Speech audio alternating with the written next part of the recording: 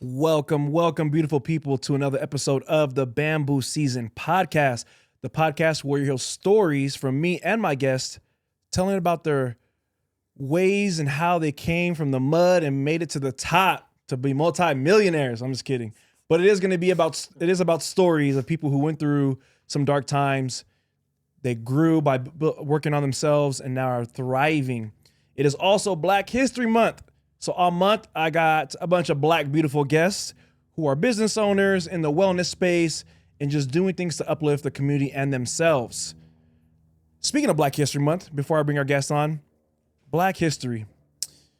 The way we keep Black history going on is by being healthy, present, and active. So I need all my Black folks out there, get in the gym. We have some of the highest rates of obesity and people overweight. Google it yourself, ask ChatGPT. So please stay active. Please get your ass in the gym somewhere. Walk, move, do something. You got to be healthy so we can create more Black history for future generations. My guest today is a friend of mine and also a sponsor of today's episode. She is the co-founder of Francis, a business communication company specializing in AI-powered text communication. It is based here in Las Vegas. I bring you Alexa, lean with it, rock with it, Colpin. Wow, that was a nice intro. I was wondering how that was going to go. Huh? I was wondering how that was going to go. Oh, shit. Yeah, that's a struggle I have. Anyways, yeah, so here in the studio, there's an Alexa, and that's her name. So things are going to be interesting today. Whatever, interesting name. But anyways, so thank you so much for coming down. I know how busy you and your family are with the business, running around, being a wife, all these things you do. How are you feeling today? I feel good. Are you I feel nervous? Good. Honestly, I said I wasn't, but literally, like when that camera started, I'm like, okay, my heart's beating a little fast. That's good. But I'm good. I'm alive. I'm good. Okay, I hope so. Yeah. What's that? Oh yeah. Okay. Here. This is. Oh yeah, just toss a it over. little. She got your boy a gift. Spelled my name wrong, but it's okay. No, I didn't. I know. Oh, okay. Oh shit, I hate ripping stuff like that. It's fine. It's not. Just a little thank you. I love just like little things like this of handwritten thank you. It goes a long way. Oh my God, you ripped it. Yeah, dude. Sorry. Mm. Woo! It's a little personal, guys. Can be. No, just thank you for having your podcast. Your growth is inspiring. Keep looking. I look forward to hearing more episodes. Thank you so much, Alexa. Yeah. It's been great since we met over maybe about a year and a half ago now. I think a little bit longer. Yeah, Yeah. it was almost on 2 years this summer. You came to train at the gym I was working at the time that we will not speak of. And I want to shout out before we hop into everything you got going on, your husband. Shout out to Jay Money out there working. Congratulations. Also, he's retiring this year, correct? He is. 20 years air traffic. No. It's been 30. 30 years? It's been 30. 30 years air traffic control. Also a veteran. So thank you for your service, my man. Great dude. Love him. Your brother, Keenan Hart, Franklin. Yep. Yeah, he whatever he wants to go by. But your brother, he's great. He has his podcast, Heart to Heart podcast. Heart and Hustle. Heart and Hustle. Heart to Heart's Kevin Hart. Sorry. It's okay. And then your dad. Yeah, my dad. It's where it all started. So your dad sends you sends the group family text morning motivation after the gym at like 6 a.m., 7 a.m. Yeah, every day. Literally every day. Yeah. And it's good. It's good. If people remember on this podcast, when I first used to say, got 2 words for you, let's get it. The story is her dad sent the video. They were about to go to Hawaii and he was just hyping them up. And he was just like, let's get to it, guys. I got 2 words for you. Let's get it. Oh, that's 2 words. 3 words, but who cares? Yeah, he's a big personality. It's funny. He was never actually like really into fitness. Like it's kind of been new for him the last couple of years or so. He was fighting prostate cancer. Oh, wow. Yeah, so he's in remission now. Nice. But yeah, ever since then, I think it was just a little bit of a wake-up call for him. And he was just like, shit, I want to be here for my family, my kids, and it's too early to, leave this planet. And so, yeah, he's been just going super hard in the gym, and he's just has like this great positive mentality. He's such a huge personality. Every time I meet someone who knows my dad, they're like, oh, that's your dad. And in the back of my head, I'm like, oh God, like what the hell did he do? What Those did he videos say? are gold. Yeah, Every no, time. he's Right awesome. It's cool. after the gym, and it's very inspiring. He needs to make you A or TikTok. him a TikTok, a compilation. Like Mhm. more people need to see and hear that kind of stuff he's sharing. It's so cool. Yeah. Sometimes you sent me some and I'm like, damn, he's right. Some of them are just so funny that I'm like, there's no way that like this can stay in this group chat. Like we have to send this to people. Gotta expose him. Mhm. So, like I said, we met at the gym, and then Yeah. we, outside of just training, we became friends based on what you do. Mhm. The company you founded, I gained interest in because it's helping. Part of it helps people who are struggling mentally, Yeah, yeah. right? It's like yeah. a text message. Yeah, so it's Break it down for us, Francis. Yeah, no, for sure. So that's one of the products that we have. It's called Francis Plus. And so what it is we send you one text message every day at a random time. And it's a message of positivity, encouragement, affirmation, really just to be like that best interruption of your day. We all know that when, we're going through dark things or something happens in the middle of our day that it's hard to dig out of, getting that text sometimes is really all you need to get out of that headspace. So it really just meets you where you are and where you're at mentally at the time. And how did this concept come to life? Like where'd the idea come from? Yeah. And So this was, I would say, like the fourth little adventure of like our family's entrepreneur journey.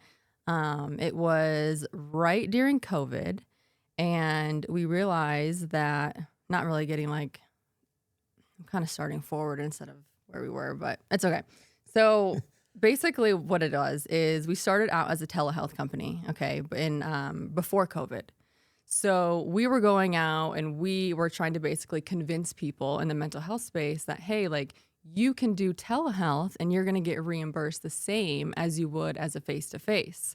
So what we're going to do is we're going to put iPads into jails. We're going to put them into your mental health clinics, because a lot of the times what happens is it's not really the problem of getting the people to come to the services, but it's the providers. Because a lot of times providers are sometimes like, working Monday, Wednesday, Friday at this clinic, but then working the rest of the day somewhere else. And so they're just like kind of hopping all over the valley. And so what we did was we put the hardware into these clinics. People would come to the clinic, and then the providers would then do telehealth appointments via an iPad. So before COVID, that was like really our, bread and butter. Like we were running with telehealth, trying to, like I said, convince people that telehealth was like really valuable. We have a software that just supports it, does all the scheduling and appointments. And one of the pieces is the text messaging component. And so what would happen is the clinic would schedule the appointment, and then the provider and the patient would get an appointment reminder via text. Cool. So now we have the text component to our software. Well, what we found during just all of this, COVID happened, and everybody and their cousin became a telehealth company. That's where the money was at the time, right? So we were like, oh, well, cool. Like we were like basically the pioneers of doing this, spending the last 5-6 years trying to like convince people that this was the thing. I remember like going into a psychiatrist's office, like meeting with psychiatrists and mental health providers, and like teaching them how to use Zoom, like before Zoom was Zoom. And so COVID happened. Honestly, we got outpaced as like people with more money, more human capital. They could build faster than us. And their platform became more robust. And so at that time we were like, okay, well shit, how do we pivot? Because that was our bread and butter. That was how we were making money. And so we realized like, okay, well, COVID's happening right now. And so what does that mean? People are isolated. People's mental health is in the fucking gutter, right? And they're not getting services, maybe not as often, because now they're not going into the clinic, right? And so what we did was we identified what was the gap here. We've got providers on this side, patients on this side, but what happens in the middle, right? A lot of times people go for mental health services and they're super on their care plan. Like when they're in front of their therapist, they're talking about everything. What happens when they leave? Life happens, right? A lot of times they get too busy. They're not following their care plan. They're not following the things that they should be doing. And so we created Francis. And so at that point, my brother, we were actually integrated telehealth solutions before Francis. Okay. And so we were like, okay, how do we stay in front of these patients to stay on their care plan, to stay in a good, positive mindset? And so we came up with the one text message every day. We already had the platform built. We just had to do a little bit of tweaking to the development, and we ran with it. So Francis is my brother's firstborn name is Franklin, so F-R-A-N, Fran, and then I'm Sis, so Francis. Clever. Yeah, and so Who it came up was with that? Actually at first it was Francis because as my brother, like being my older brother, he never went by Franklin. Like he always went by Keenan growing up. And so like as the annoying little sister, I would always call him like Francis or like Francine or you know what I mean? Like just trying to be an annoying little sister. That's and funny. so when we were like, well, what do we call this? I was like, let's call it Francis, but with a C. Yeah. So then we like brought it back and like was telling my mom how excited we were. And she's like, why don't you do it with an S? I was like, oh my God, that's fucking genius. So Francis was born. So yeah, we really started running with that. What we did is we started with our clients that were using the hardware. And so we started just kind of pitching it to them as, hey, this is how you can stay connected with your clients. So that was really kind of how it got started. It was a really good, it was a feel good for sure. Like finally I felt like we were grinding so hard before within the telehealth space and like in the software space, if you will, and that now we came up with this like mental health tool where I stopped talking about like all the state guidelines with telehealth and software to where now I could actually start talking about like, hey, I want to like, let's make an impact together, you know? So it was like a really good feel good product at the time. I mean, I'll tell the audience, I use it. I have it. I get text every day. I'm trying to see, they texted me just not too long ago. And here's today's. So they text me. I'll share with you guys. If they did it, why can't you? If they did it, so can you. Believe that you can and you will. Damn, that hits. It does. I think about when it comes to podcasting and anything, I'm still in the beginning stages and I think of the bigger podcasting names and I'm like, bro, if they can do it, why can't I? Dude, honestly. And you just have to be willing. I had this conversation with somebody yesterday. So I was watching, there's a show called When We Feast. Have you seen it when they eat the hot wings and you ask them questions? Oh, yeah. So Lady Gaga's on there, right? I love podcasts like that. Yeah. So Lady Gaga, and that concept is like out of the box and genius. Yeah. But Lady Gaga's on there. Love her. She's great, right? She's a great artist. And I remember way back, I saw like a video, they like were sharing like, oh, how she started, you know, some random little hall, like, you know what I mean? And now she's like one of the biggest. Some like dive bar or yeah. something. So now she's on some great big artists, like one of the biggest artists we know of. And I just sat there and thought, I'm like, it's crazy. Like people want to have that, but don't even see like she started at these little dive bars. Totally. And now she's selling arenas. And it took years. She never stopped. Years. And that's the thing. It takes time. Years. And you have to believe that's going to happen. Yeah, it's trial and error, honestly. It's just like you think you have this genius idea. And like, I'll touch on this a little bit later, but like, that's what we thought Francis was like, for the Francis Plus, at least for the text message, it was like genius. We were like, heck yeah. Like this, at least for me, I'm like, this feels good. Yeah. You know, like I definitely think we're going to be able to make an impact with this. A little bit of backstory to that. I said my dad was battling with prostate cancer. He got diagnosed like right when Keenan and I first started making Francis Plus, and he was like our beta. And so I'm going to try not to cry. So he was our beta. And so when we came to him with this idea of like, hey, like we're going to start doing this text messaging thing. And he was kind of like, okay, like, sounds good. You know, didn't really get it. And so he got diagnosed with prostate cancer. And on the first day of his treatment, he calls us and he's like, hey, so like I said, he was the beta. So he was testing it out. And he was like, hey, I got this message. I was like, okay. He's like, did you mean to send me that message? And again, it's random. We have no idea what our end user is getting at a random time of the day. And we're like, no, why? And he's like, so this morning, so you can get it in the morning, you can get it at night, you can get it whenever throughout the day. He's like, this morning before I went in for my treatment, I got this message and it said, today you're taking one step towards positive change. And he's like, just knowing that I got that message like right before I started my treatment was like, okay, cool. Like I'm making the right choice. you know? And so even like for me personally, that felt good because I was like, damn, like my dad's going through this. Again, wasn't really a believer at the time. He got that message. And again, it met him where he was mentally at that time. And it gave him the strength to be like, okay, let's do this. So, yeah. It's beautiful. Yeah. I wish you would have cried. That's my goal today. I'm like, I'm so emotional all the time. I'm That's definitely good. You gonna should cry. be. We should. It helps other people feel more safe and comfortable to cry, that it's okay. Yeah. And I don't think you're too emotional. Is that what you just said? You're too emotional? I'm just so emotional. I probably put that on you. Sorry.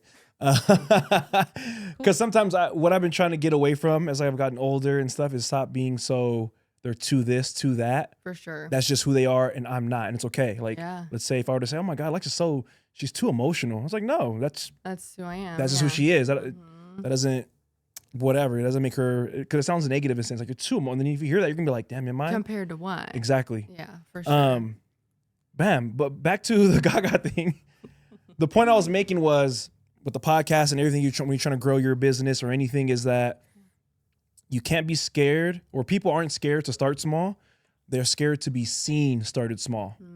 And that's the world we've come to now, because it can happen overnight for some people. Totally. You go viral, next thing you know, you get your, like the Haktua girl. Yeah. Bro, went viral, and her relativity phased out. Like we didn't hear about it no more. But Yeah. I'm sure in those first few We months, still know who she is, and we're got still paid. talking about her. got Yeah. paid on podcast. Shaq reached out to her.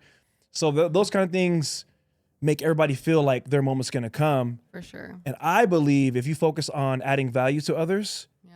it might be a little slower, Yeah. but it's going to be a longer impact. Like For she came sure. and went because For all she did was say sure. Haktua. Girls do that everywhere.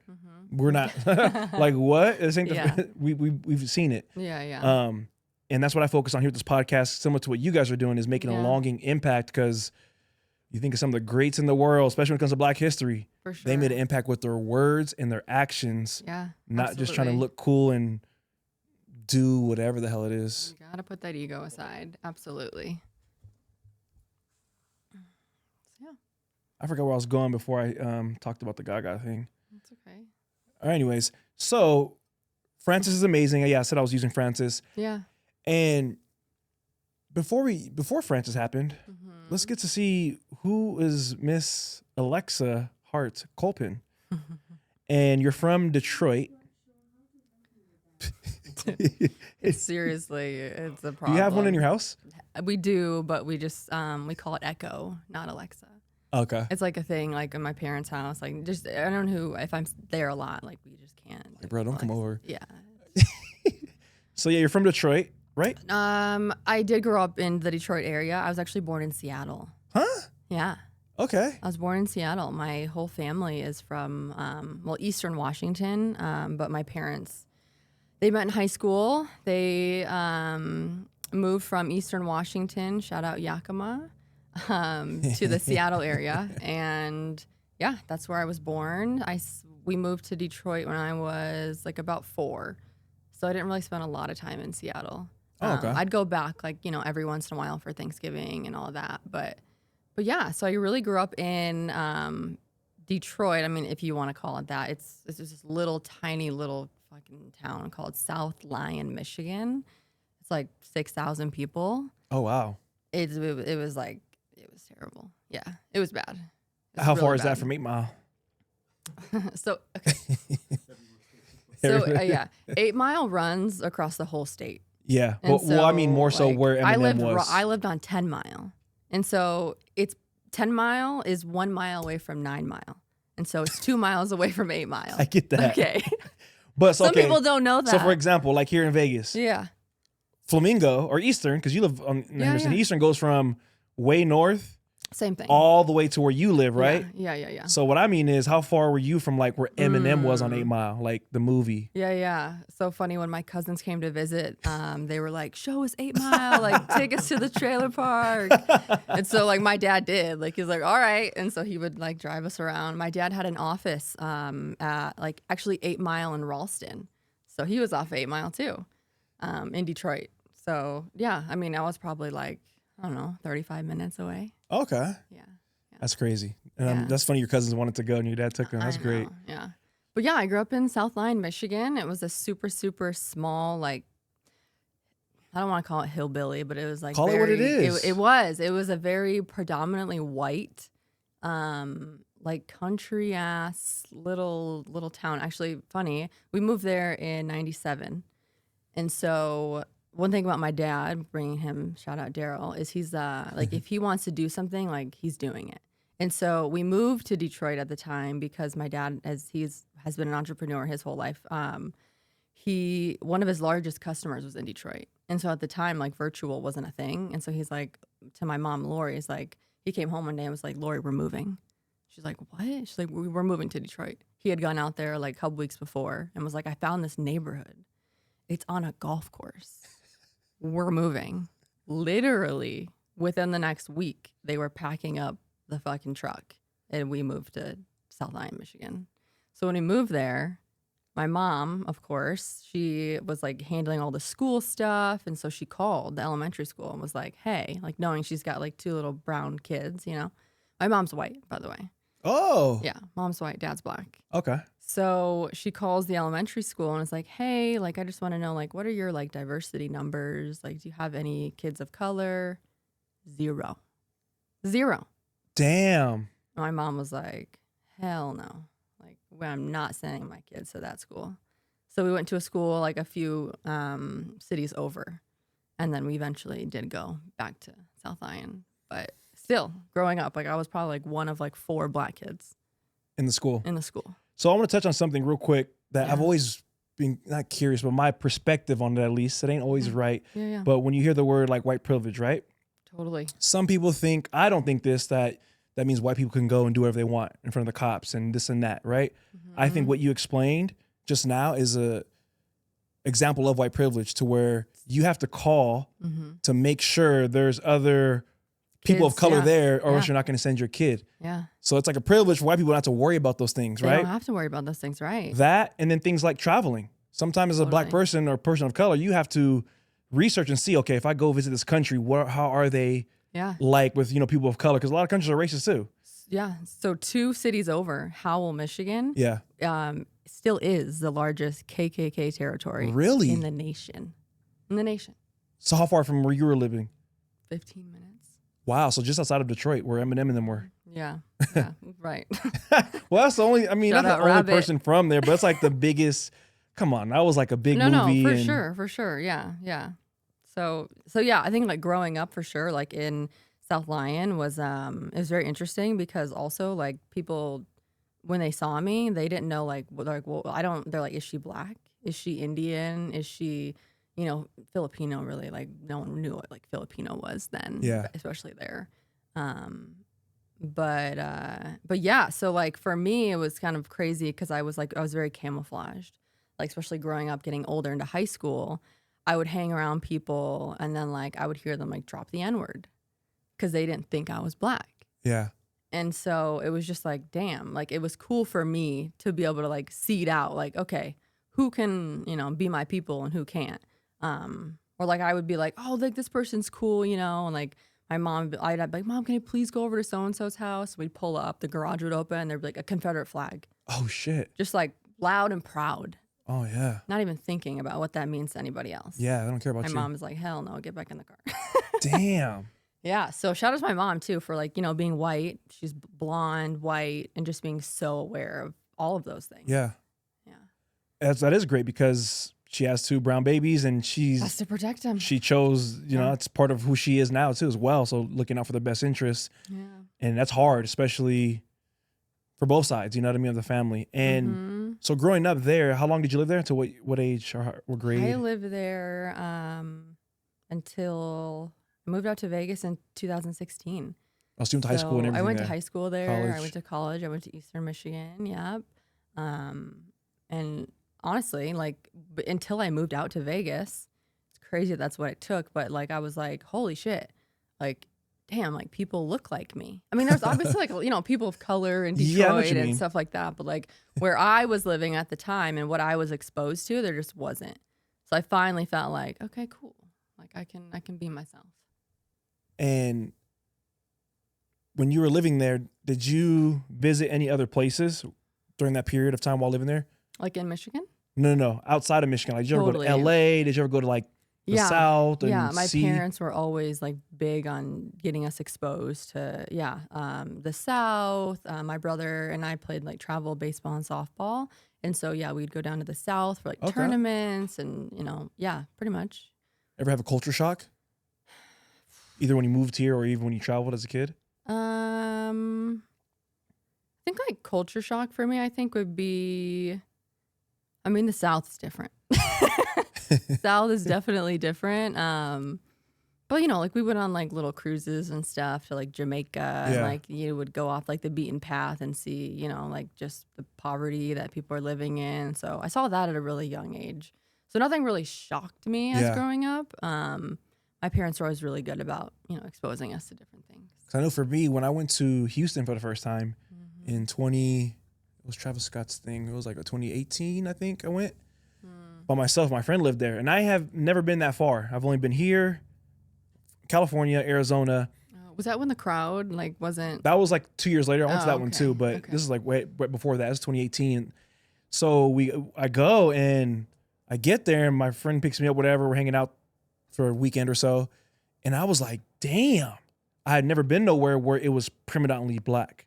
Oh, okay, yeah, Like everybody. So actually, that's what I meant by that. Oh yeah, so Detroit is the most populated city in America of black people. Really? Yes, and so for sure, definitely. Like my dad, like I said, had an office in downtown Detroit, and yeah, it was like, oh shit, okay, this is definitely a little different from what I've been growing up in. So yeah, I guess that would be like the first culture shock that I had. Yeah, it was crazy for me because I was like, like I said, never been nowhere like that to where it's predominantly just like. What is that when you do you ever get in situations now to where you have culture shock like that at all, or? No, I think that was the only time. Yeah. But it makes sense now because like those southern states have a lot of black people. Now, no, not as much. Yeah. I've been so much open-minded to things, like when you learn history of certain things, of why people were moved where and stuff. Like I was talking to, I'm always talking to somebody, but I remember I worked at a dispensary and I used to check IDs. Okay. And for them to come in. So I'm checking this guy's ID, Asian guy, right? Passport says Panama. And I'm talking to him and he doesn't know English, he only knows Spanish. And I'm confused. I'm like, what? Yeah, like make it make sense. Yeah. Yeah. And I'm like, oh, where are you from? He's like, Panama. Like, no, you're not. I'm like, where are you from? And he's like, Panama, in Spanish, with a Spanish accent. And then come to find out that the history, they brought a lot of Asians down there to build the Panama Canal. And they stayed over generations. Yeah. Because somebody else told me they had the same situation. Oh, my friend Danielle, who was on the podcast, the lawyer, her mom's from Panama. Okay. And she was telling me the story. And I was like, oh, I know what you mean. Like, I thought I was wilding. So after that, and then, the history of the slave trade and all the other stuff, I've become more open-minded to stuff. But it still is shocking, like, how much blacker Houston was compared to where I'm used to. Even Dallas. Dallas has a lot of black people too, but a lot of Mexicans too. So I felt at home. They out there with the flags. These are my people. Mexican Independence Day, a Cowboys game. Oh, yeah. Oh, bro, next year's our year, speaking of. I just try to talk to you, think he's a Niner fan. But, okay, so now with you being, let me ask you this. This is something I heard, I'm always making shit up, whatever. It's okay, I believe you. I just can't remember who or what. I talked to a lot of people. But I've heard people who are biracial deal with these things before. Have you ever felt either not accepted by the black community or you felt like you weren't black enough?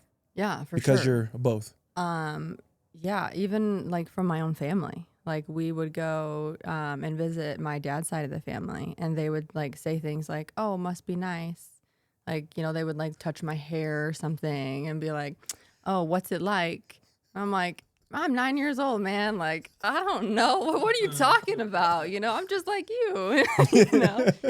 So yeah, no, for sure. I do. Like, I definitely, I've been told that before. Like, oh, well, you're light skin, you don't get it. And in a lot of instances, I don't.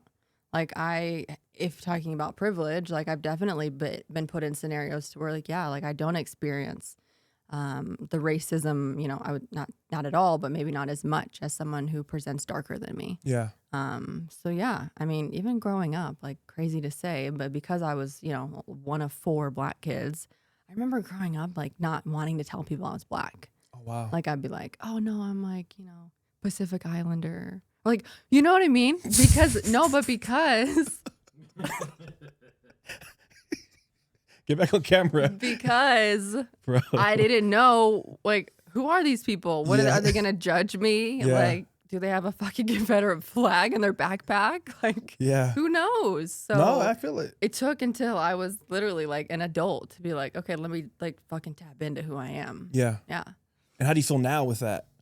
Now it's great. Like I definitely have I mean through a lot of like soul searching, like definitely I'm true to the core of who I am, and I'm just happy with it. And so now that you are, I mean, I guess you got through it, so you still feel like included. You feel like I'm Black, like Black History Month, like, yeah, yes, let's go. BLM. Always BLM. But yeah, I mean, to be honest with you too, though, like my circle, like I don't have a ton of like Black friends in my circle though either. Yeah. So as far as like culturally, I only know what I know, you know? So, I mean, I'm always, you know, obviously looking to improve, but. Do you want Black friends? Yeah. Okay. Why would I not? Bro, you never know. Some people probably don't for whatever Really? reason. Well, I'm not saying just Black friends, backpack. but some people might not want. This is not their cup of tea or whatever. Oh, They're cool with running with their I've never culture thought about only. it like that. You know? No, definitely not. Okay. There's a couple Black events coming up. You should go. Yeah.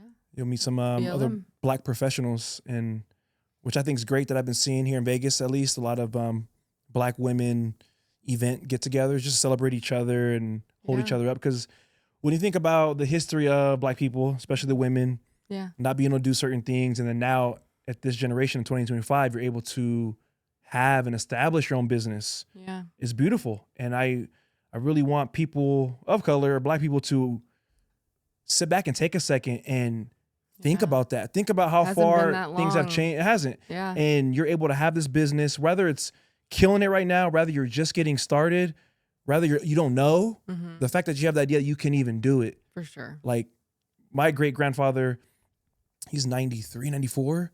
He's still alive. He was telling me a story about a year or two ago, how when he used to come to Vegas, he was a rock and roll player. Okay.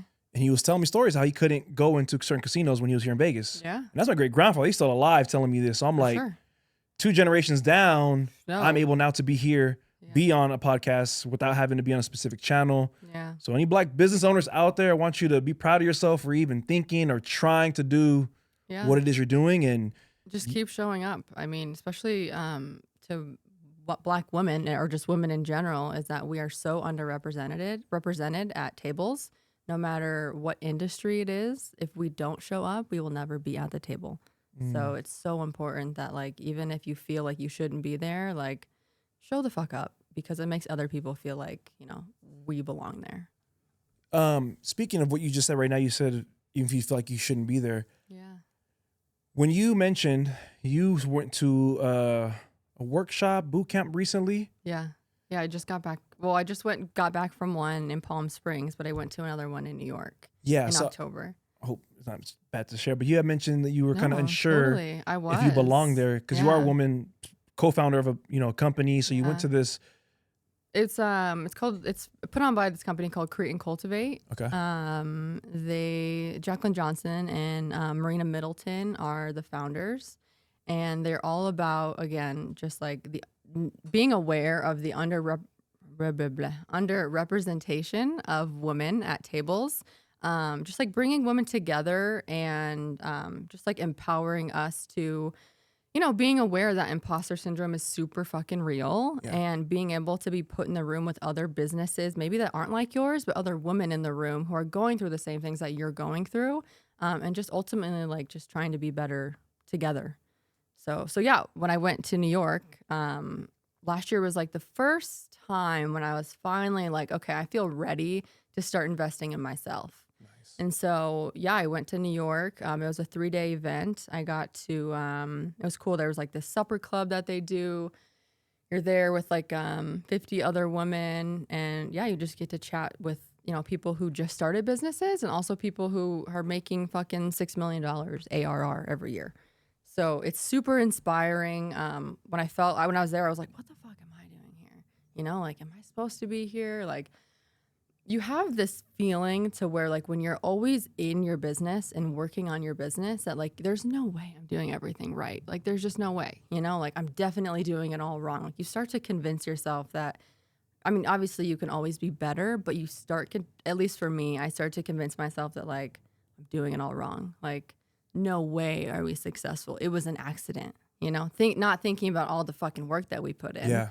But yeah, just going and then hearing every other business's struggles and feeling like, okay, cool. Like we all don't know what the fuck we're doing, but we are onto something, and just kind of leaving feeling like that type of validation is really sometimes all you need.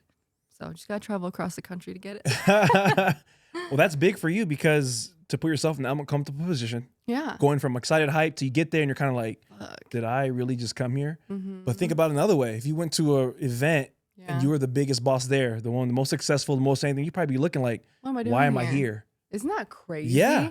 Yeah. But that's why you got to try to find that middle. Mm-hmm. Because if you were somewhere like that, you could change your mind to, I'm not going to learn anything today, but you know what?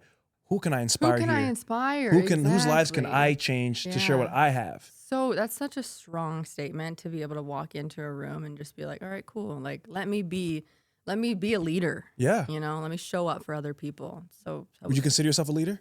yeah, absolutely. Really? Absolutely. Nice. Yeah. I've always I love been, especially lately, is like, I just want to be like, I want to be the connector, like, especially in entrepreneurship. Again, we don't know what the fuck we all don't know what we're doing. Nope. And to be able to share just like little things, like share the sauce. Like, what are you getting from not telling everybody what tools you use and not telling anybody, how you got from A to B? Like, what's the point of keeping it a secret, So yeah, like I've definitely been leaning into, hey, I know this person, let me plug you here, let me plug you there. And, just being a thought leader in the community. It's something that I definitely am riding right now. And I'm looking forward to improving as well. I like what you said about just share it, the sauce or whatever you just Share the said. sauce. Yeah. And when you think about a lot of the successful people in entrepreneurship that we know of, big names, they're on Instagram, YouTube, whatever. They're sharing free game always, For sure.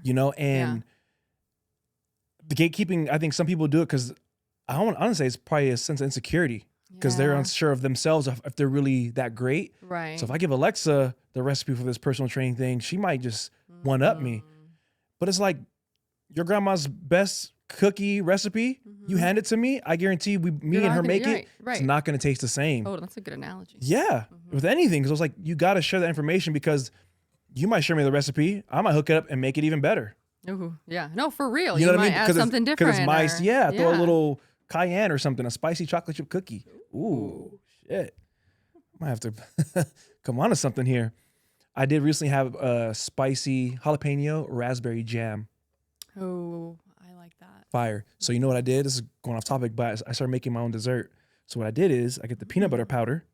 Okay. Yeah, like Put the PB. Yep. Yeah. Boom, put water, mix it, get it creamy, crush up 2 rice cakes, chocolate, put them in there, and then a scoop of the raspberry jam. And it's like a PB&J crunch. Oh, it's thick like that? I'm thinking, you said water. You lost me at water. Like I'm thinking like. Because it's PB powder. Oh, It's okay, powder. Yeah. So No, when you mix, when you put water, it makes gets it peanut thick. butter. Okay, gotcha. Yeah, so more water, the more creamier. Mm-hmm. And it's been hidden. Okay. So as a leader, You put those maple donuts down? no, I had some maybe a few days ago. Okay. Bro, maple bar donuts are just. It's low key, like it just hits you in the heart. Like I know it. You probably ate them when you were a kid too, didn't you? Not really. No, I thought maybe that's. I was like always, as a kid, I was always a chocolate donut with peanuts on top, like the full the full chocolate, Really? like Ugh. chocolate donut, chocolate icing, and then You're not peanuts. like peanuts like that. Oh, see, now I got to go on the way home because I got to. But yeah, well, that's great that you're a leader because we need more women leaders, Black We do. women leaders, and Yeah. for other people to see it's possible. What are At what point do you think you came into that leader role? Like you felt ready, like, all right, I'm a leader. Yeah. Took me a long ass time. Probably not until like recently, if you want to call it the last like 3 years or so. Wow. Yeah. Like before that, I was always like in the room with leaders, you know? But I was always just, again, I just always felt like, oh, like I'm in the room, but like, you know, I'm just here. They're, you know, better than me, smarter than me, been doing this longer than me. So yeah, no, it took me a while to like really, I used to be so weird. Like I used to like go to meetings and like felt like I had to like look a certain way. Like, oh, I gotta like wear this like, you know, blazer and like these slacks. Like what? Like what the fuck?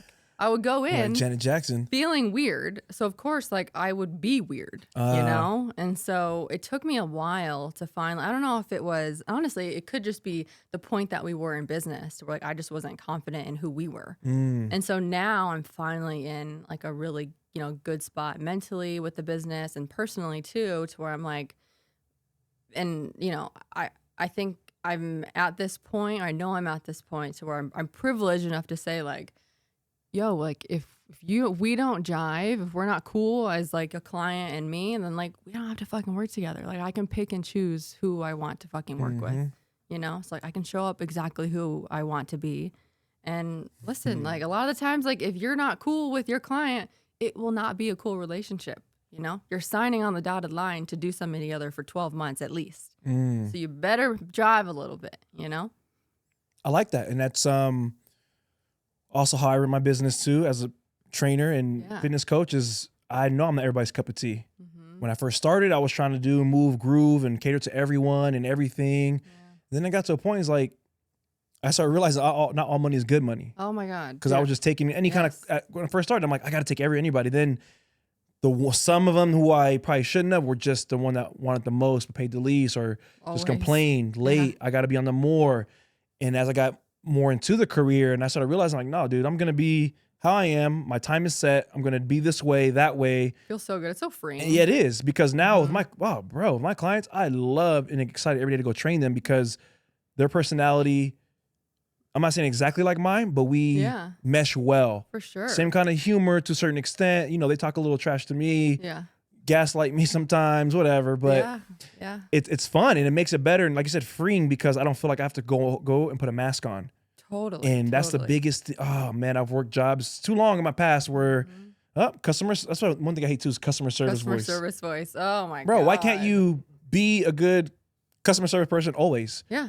So like you're going to talk to your wife crazy, your kids crazy, your friends crazy, right? Go to work and talk to strangers. Hey, how are you? Let me help you with your scary. Like that is crazy, psychotic. Right? Yeah, and I'm psychotic. Like, that makes zero sense. Like work on yourself so that you're that always. Yeah. And that's what I loved.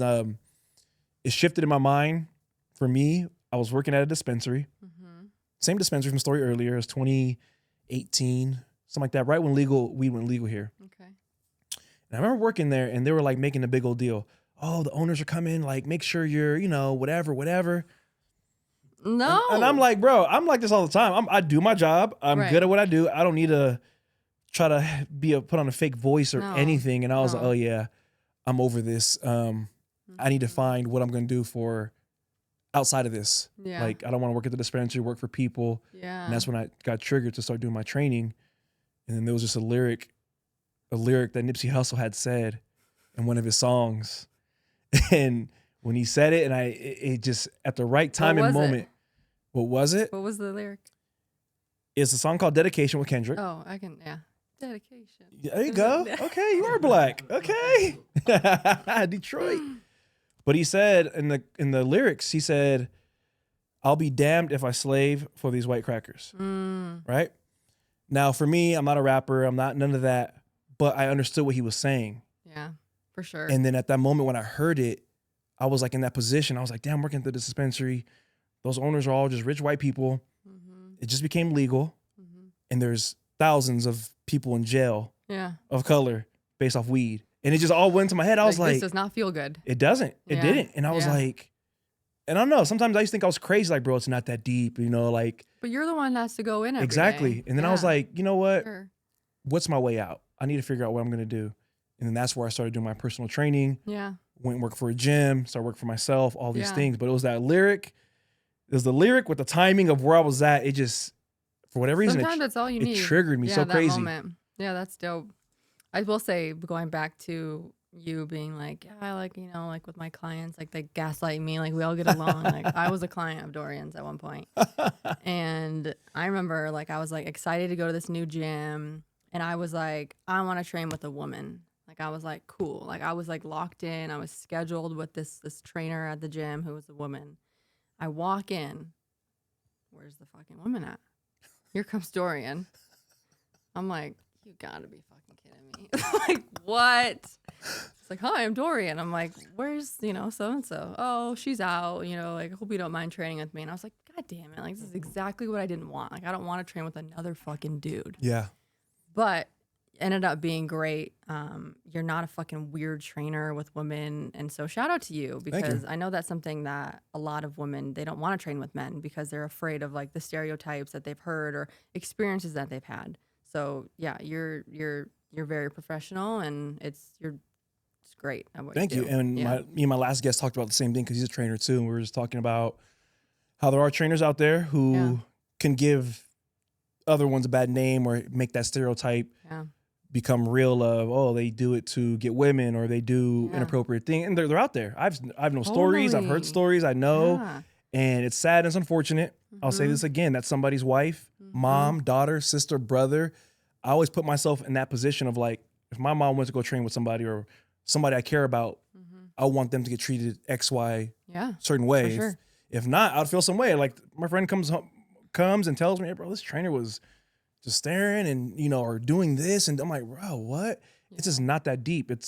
Or like starts to like try to talk to you outside of the gym hours. Like, it's just weird. It's just so weird. Yeah. So I was so thankful, and I was like, God, thank God this dude's not a fucking weirdo. Yeah. And you got to, I mean, another thing too is they have a spouse. Yeah. Not all, but, you know, so I knew you had a husband at the time. Yeah. And it's just like, who wants that problem? Bro, at all. No. Like, we're here to train. Because it's already, yeah. So, yeah, fitness coaches out there, stop being an FAM, a freaky ass boy. Stay your ass inside. Now, now that you're, you know, comfortable now and you found your authenticity, are there any one or two things you would tell somebody that was who you were? Yes. So like when I went to that event, it took me so long because I felt like I could never find any woman out there or anyone like on the internet or like the content that I was watching. Like I was like, what the fuck? Like I can't find anybody like me. You know, I can't find anybody who's been in my situation or, you know, who has like a business like mine. Like I would follow these fucking people on Instagram they were men and they would be giving like this business advice. And I'm like, okay, cool. But like, when you as a man walk into a room and you do that, totally different if a woman were to walk in the room and do that same thing. And so, yeah, it was like super fucking hard. It took me a long time. And so I would say is reach out to somebody who you maybe like you look at their stuff or, you know, maybe you like something that they do, even if it's down to like how they dress, like whatever it is, try to make a connection with them.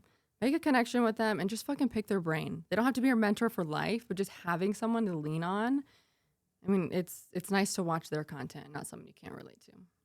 So, yeah, that's what I would say as far as authenticity goes. That's good. I believe everybody needs to get some type of guidance or coaching in whatever thing they want to pursue. Yeah. Business, entrepreneurship, fitness, financial. You need somebody who's done it before or knows something you don't. Yeah. And it can't be a friend. I always say this all the time. Because people, especially with fitness, I got my accountability buddy, my friend. I'm like, dude, your homegirl is going to drop one day and then now you don't know what to do. Yeah. You need somebody, honestly, somebody who's doing it already. And that same homegirl is going to be like, oh man, fuck the gym. Like, let's go get mimosas. There you go. You know? Oh, you have friends like that, huh? Oh, yeah. For sure. Absolutely. I love the honesty. Yeah. It happens and it's okay, but you got to be willing to connect with strangers who are, in a sense, doing what you want to do. Yeah, and just don't forget who you are in the process, you know? Like, just keep showing up who you want to be, and you will attract the people that are just like you. And it makes everything so much more enjoyable. So being in the space you're in, you know, I'm sure you go into rooms and you have to speak with top head CEOs and Yeah. all these things. With you being a woman Yeah. and going in there, is there ever been like situations to where they kind of maybe didn't take you serious or maybe Totally. tried to be on the flirty end, Oh, things like God, that? yes. Okay, talking about the flirty end of things. So at one point, Keenan does all of our sales. He's on the sales side of things, and I'm on like the customer success. We call it love and loyalty. And at one point, he's like, dude, I need some help on the sales side. Like, I really need you to like start holding calls, this and that. When I tell you that probably 75% of the calls that I took ended up being people who just wanted to book time on my calendar to see like who I was. Like it was fucking crazy to the point where I was like, Keenan, I can't do this anymore. Like there would be guys who would book time on my calendar. Like my time is worth something. And I'm building a fucking business. Like I'm not here to fucking date you. What does this look like? You know? But there'd be people like, yeah, they'd hop on my calendar. I'd be like, hi, I'm Alexa. And it would end like, hey, like, I'm going to a football game in Dallas. Like you should come. And I'm like, what the fuck? Happens more than not. So yeah, that kind of actually fucked with me for a long time because I was like, damn, no one's taking me serious. They just like see and they're like, oh, she's a pretty face and let's see what I can do. Let's take advantage of her or in whatever way. And so yeah, like I really at one point was like, damn, like I'm really like what value am I showing anybody? Apparently nothing. So yeah, that was a really hard thing. But then also like not only being the woman in the room, but like I was always the youngest. And not even just the youngest of like the people in the room who I didn't know. It's because I work with family too. It's like I'm also in there with like a lot of times my dad and my brother. And so when they walk into a room, like they're filling up the space. So I was always trying to figure out how do I fit into this space. And so that took a long time for me too to know like what piece of the puzzle was I, in this. And finally, I just figured out like what I was really good at.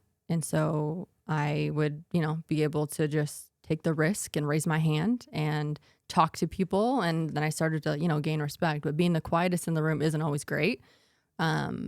Because, people might look at you as being the weakest. In my case, it actually worked out for me very well because I could look, I can listen, I could learn.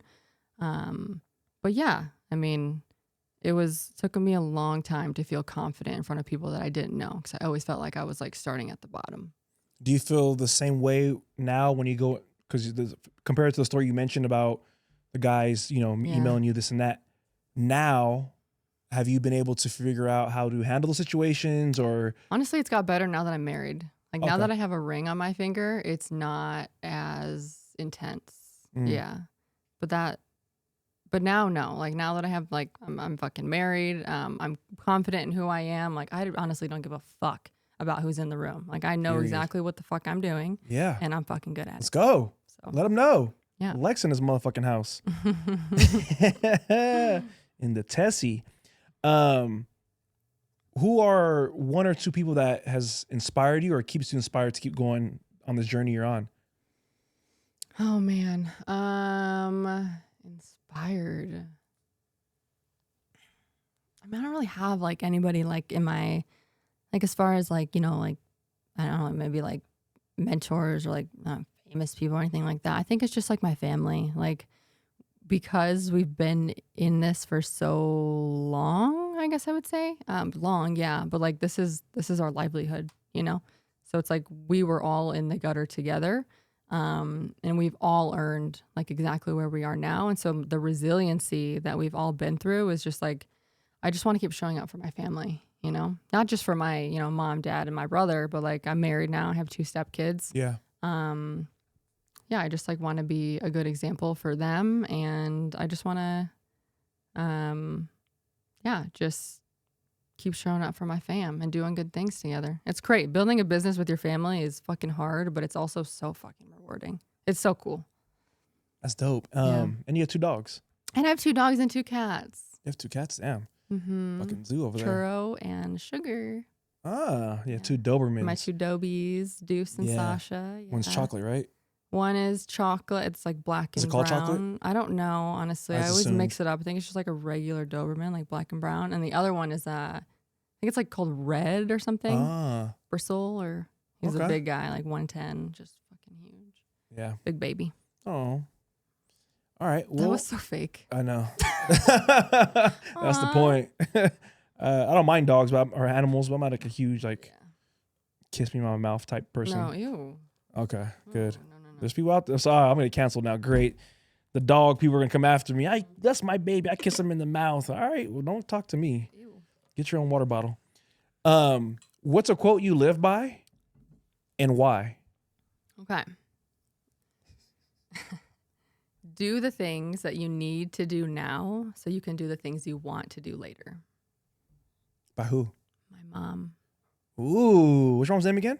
Lori Hart. Lori Hart out here dropping gems. Yeah, she used to tell that to me all the time growing up. Like, Alexa, do the things you need to do now so you can do the things you want to do later. And at the time, it was probably homework or doing my chores so that I could go out and play later or, do whatever. But I always catch myself saying that now. When I don't want to do something, I'm like, okay, dude, just get this shit done that you don't want to do so that I can do whatever I want to do, later. That's beautiful. Yeah. And thank you for sharing that piece about your experience with me as a fitness coach. Yeah.